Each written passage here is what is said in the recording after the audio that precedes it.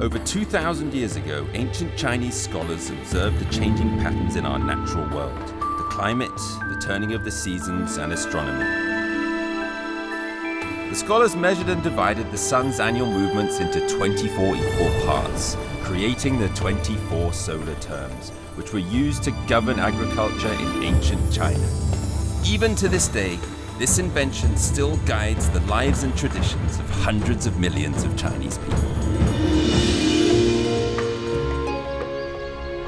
Towards the end of September, it's the autumn equinox time. Day and night are equally long. Summer and winter are equally far apart. Farmers are busy bringing in the harvest, and every mid-autumn festival, families get together for a bit of moon worship.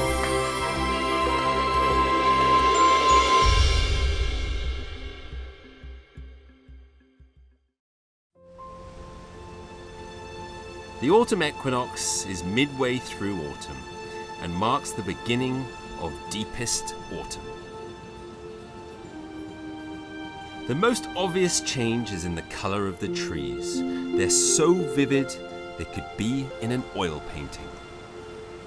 After this solar term, there's no more thunder. The insects that woke up in the third solar term Jingzhe are either dying or looking for a safe place to survive the winter.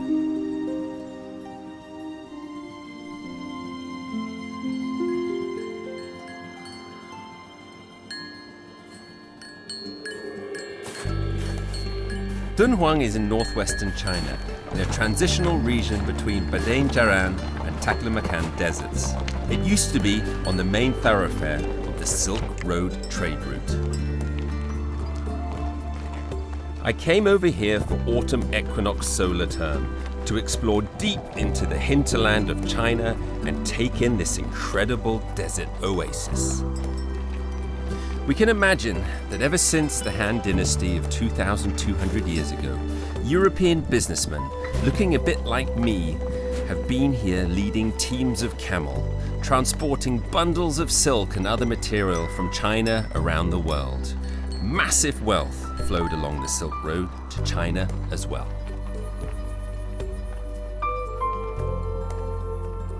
China at the time was one of the chief trading nations of the world. Now, Dunhuang has lost its pivotal position in global trade. But this Gobi Desert is still a sacred place for Chinese people yearning for a distant past.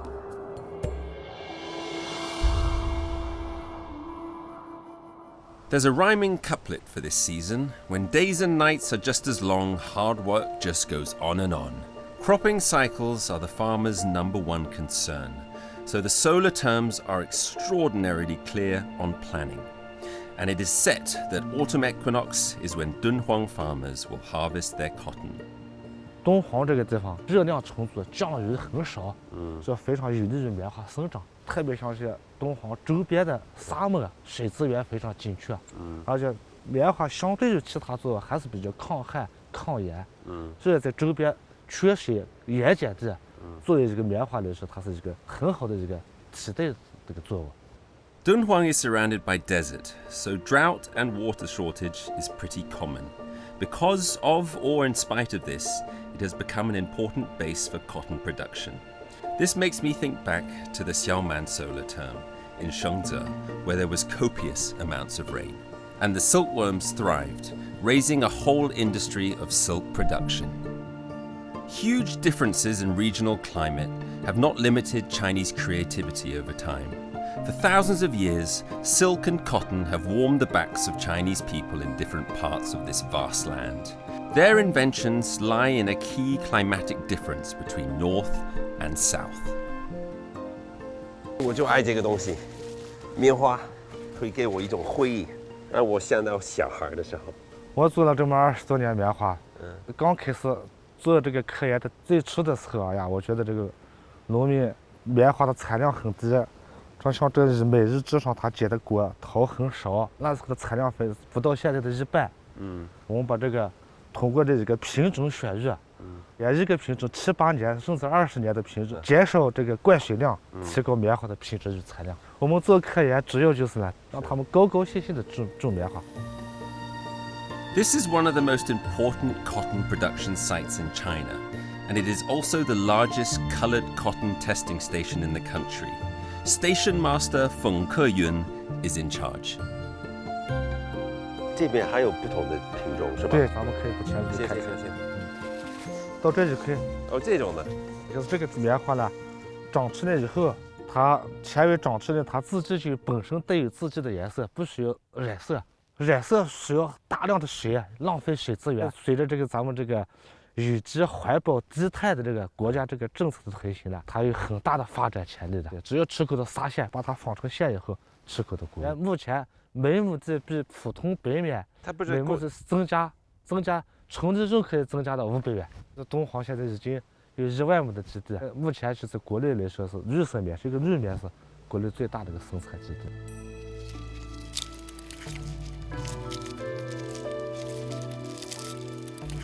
The autumn equinox is harvest season in the water-rich regions of China. Farmers are harvesting rice and fruit around about now. But in Dunhuang, just look at the full, light cotton balls that grow on this cracked and salty soil. You have to wonder at the plant's tenacity and how ancient civilizations across China adapted to local conditions.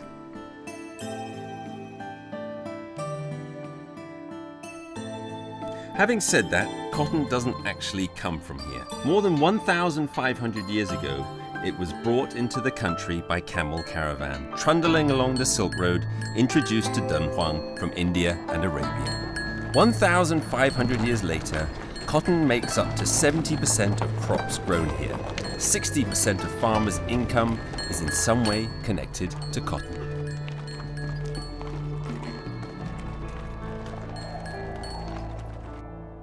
Apart from all the cotton waiting to be harvested, there are also the forests of the Gobi Desert. Coming into their own in autumn, for them it's the most beautiful season by far. Poplar trees. Because they can survive for thousands of years, the locals call them the heroes of the desert. And this part of the Gobi Desert witnesses the most vibrant moment of the autumn equinox period. For a while now, there's been a limited water supply on weekdays because it's been needed for irrigation. After harvest, farmers need less water, and the nearby reservoir will be drained into the surrounding Gobi Desert. Red willow and medicinal herb called camel shap grow wild. These are the favorite foodstuffs of the precious two-humped Bactrian camel. As long as 5,000 years ago, human beings living on the edge of the desert had domesticated the camel. Apart from providing camel fur and milk for humans, camels became the most important form of desert transportation. Fully loaded, stepping out onto the Silk Road.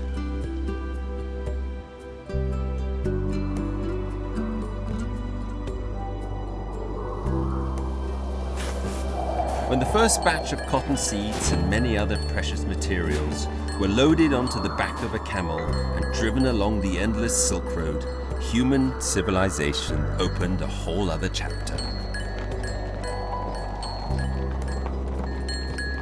And now, China has the fastest trains in the world, massive world-beating airports, and there's really no need to use camel caravans anymore. But in Dunhuang, the locals still keep up the tradition of having camels.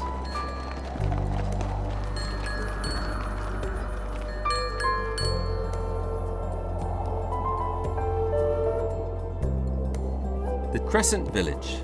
It got its name because it's located next to an oasis that's shaped like a crescent.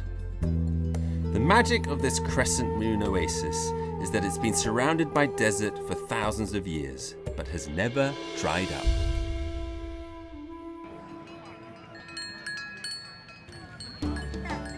It looks like every villager in the Crescent Village is an expert in raising camels.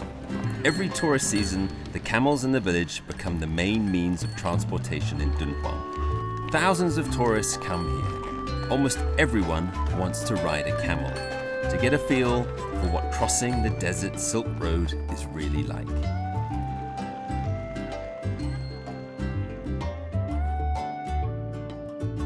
The autumn tourist season is around the time of China's National Day holiday. The villagers of the Crescent Village are preparing for their most lucrative time of the year.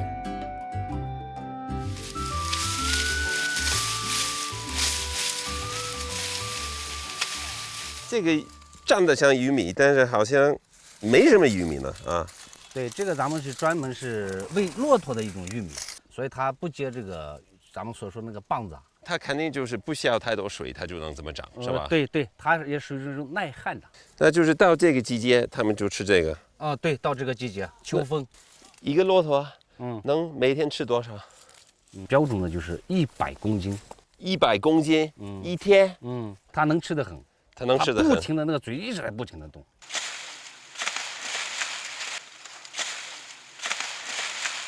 人多，骆驼也多，对，水少。国庆的时候，有一天达到4万人，骆驼的数量就是那样的。不能再加骆驼吗？不能，这个东西不能说是你随意说，我想加8个就8个，那不可能的。为什么限制呢？是因为水的问题吗？水的问题。这个东西你要吃要喝，那个骆驼要喝起来凶得很。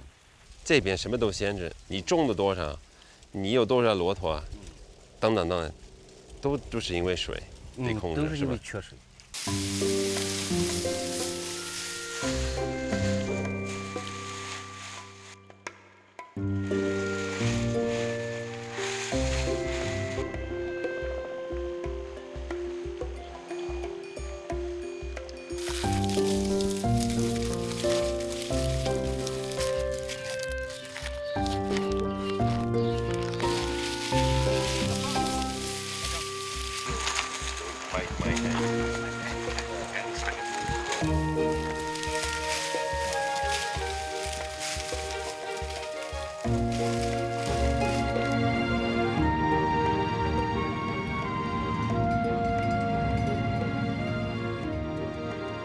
那么多骆驼，它都属于是谁的呢？月牙全村，全部农户的，你没看它这个是吧？它都有号的。你得挂号，跟咱们在北京买车一样。对对对对。就是它牌照。所以你们家有几个？几封？是2个号4封。那这一封是你的？对。年轻吗？这个年轻。怎么知道呢？一个看它这个头骨，一个看它那个牙齿。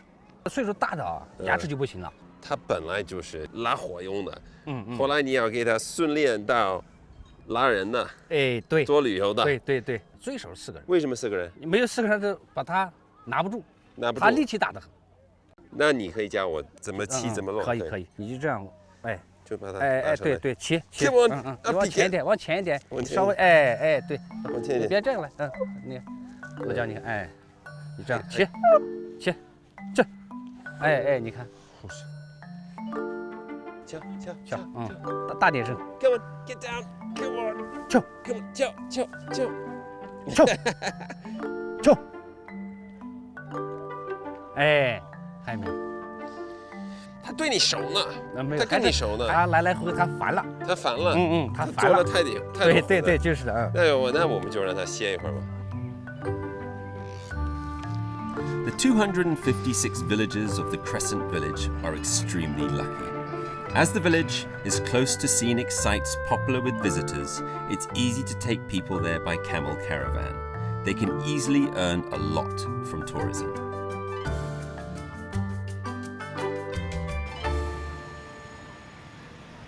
Regardless of the farmers who grow cotton, or the camel herders making good business from visitors, or the many tourists who come from all over the world, camels have long been a symbol of Dunhuang. Right after the autumn equinox is China's National Day holiday. Apart from the Spring Festival, it's the longest stretch of holiday in China. This is peak season for seeing Dunhuang.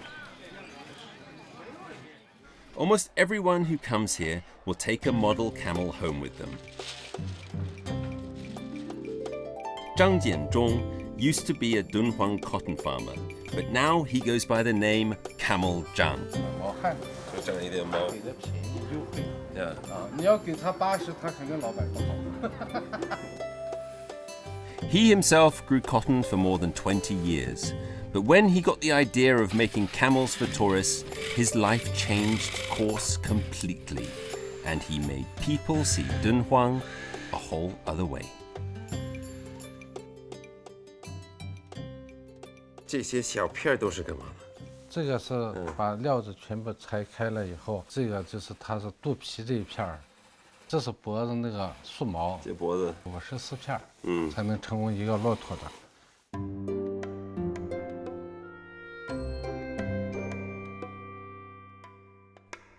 In order to meet the needs of his customers, Zhang Jianzhong designs 36 kinds, all different styles of camel craft. The workshop is preparing for the National Day holiday following the autumn equinox by making masses of model camels to sell.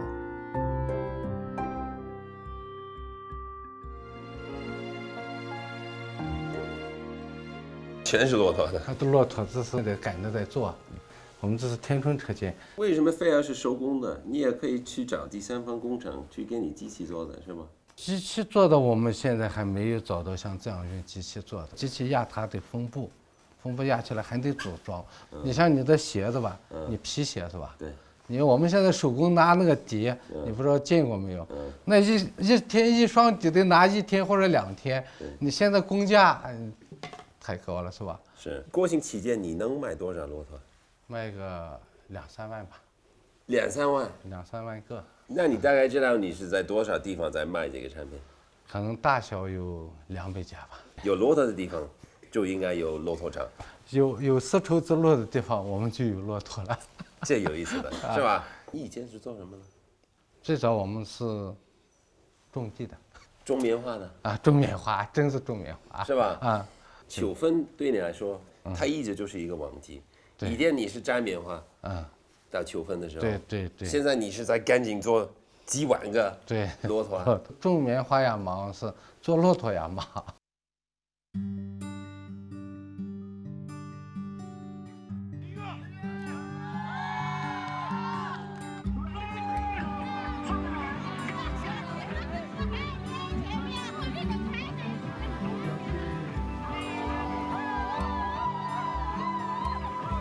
Autumn is for harvest, beautiful, full of life, passionate even. But this stretch of desert in Dunhuang and the camel caravans give this solar term a legendary feel.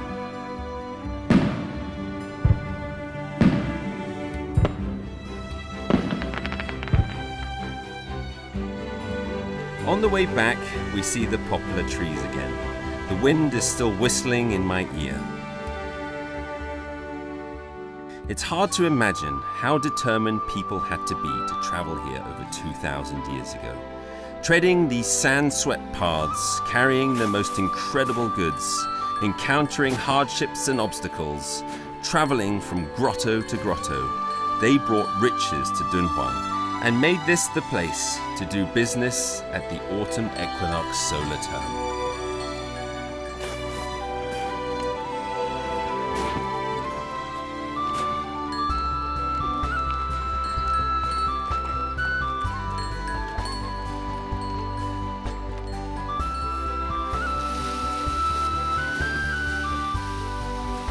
The smell of yellow sand has accompanied civilization through the millennia. Here, I've seen the power and tenacity of life in the desert.